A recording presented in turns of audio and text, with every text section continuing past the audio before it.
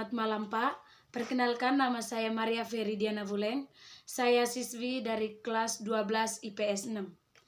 Pada kesempatan ini saya akan menjelaskan repelita dan teori-teori. Jadi yang pertama, repelita 2.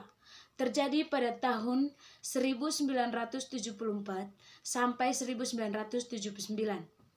Dalam program repelita 2, pemerintah selesai menjalankan repelita 1 dan melanjutkan rencana pembangunan lainnya. Berikut beberapa hal yang dalam repelita 2, yaitu yang pertama, meningkatkan ketersediaan pangan dan sandang yang cukup untuk masyarakat dengan kualitas terbaik dan dapat dijangkau oleh masyarakat umum. Yang kedua, meningkatkan fasilitas umum dan perumahan rakyat yang terjangkau oleh masyarakat Indonesia. Yang ketiga, meningkatkan pembangunan dan pemerataan prasarana. Yang kelima, meningkatkan lapangan pekerjaan agar kesejahteraan rakyat makin meningkat. Untuk mencapai sasaran tersebut, pemerintah terus mendorong hasil ekonomi dari sektor pertanian, sektor industri, sektor pertambangan, sektor penghubungan, sektor bangunan, dan sektor-sektor lainnya. Akibat peningkatan ekonomi dalam setiap sektor, tercapailah struktur ekonomi Indonesia yang kuat dan melanjutkan pembangunan nasional. Sedangkan, kendala dalam program repelita 2 adalah terjadinya inflasi atau kenaikan harga-harga barang produksi. Tapi setidaknya, program repelita berhasil meningkatkan bidang pendidikan melalui perbaikan sekolah, pengangkatan guru, penyediaan buku belajar, dan meningkat mutu pendidikan nasional. Berikutnya repelita 4. Terjadi pada tahun 1984 sampai 1989. Pada program repelita 4, Indonesia yang berhasil meningkatkan sektor pertanian akhirnya melakukan swasembada pangan. Sektor industri dalam negeri meningkat karena menggunakan mesin produksi sendiri. Hal ini dibutuhkan untuk meningkatkan pembangunan industri dan standar industri Indonesia atau SII. Agar perlindungan konsumen terjamin dan proses produksi makin cepat. Selain itu, repelita 4 juga meningkatkan pembangunan pertambangan berskala besar untuk memenuhi kebutuhan bahan mentah bagi sektor industri. Yang kedua, teori pembangunan wilayah, teori kontrol. Meliputi dua teori. Yang pertama,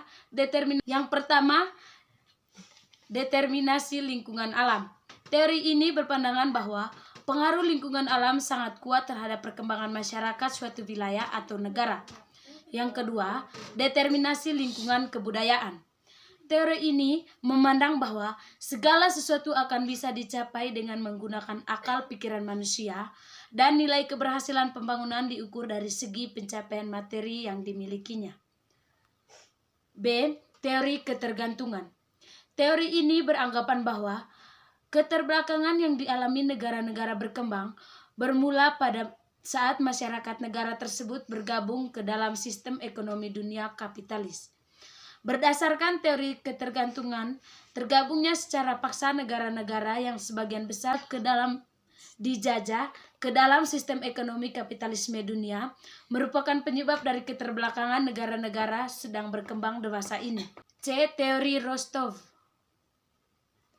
Rostov berpandangan bahwa pertumbuhan ekonomi terjadi sebagai akibat munculnya perubahan yang fundamental yang terjadi dalam aktivitas ekonomi maupun dalam kehidupan politik dan hubungan sosial dalam suatu masyarakat. Berdasarkan teori Rostov, dapat dikatakan bahwa dewasa ini negara-negara berkembang termasuk di antara fase pertama sampai fase ketiga, sedangkan negara-negara maju termasuk dalam fase keempat dan kelima. D. Teori 3 gelombang dari Tavlor.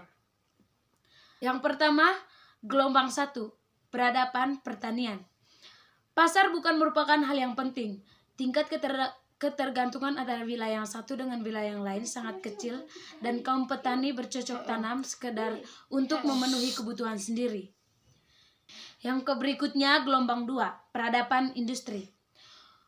Mulai menggunakan energi dari minyak dan gas. Peranan pasar sangat vital. pendidikan, dan media massa memegang peran penting. Kecenderungan manusia mulai mendominasi alam. Berikutnya gelombang ketiga, peradaban informasi.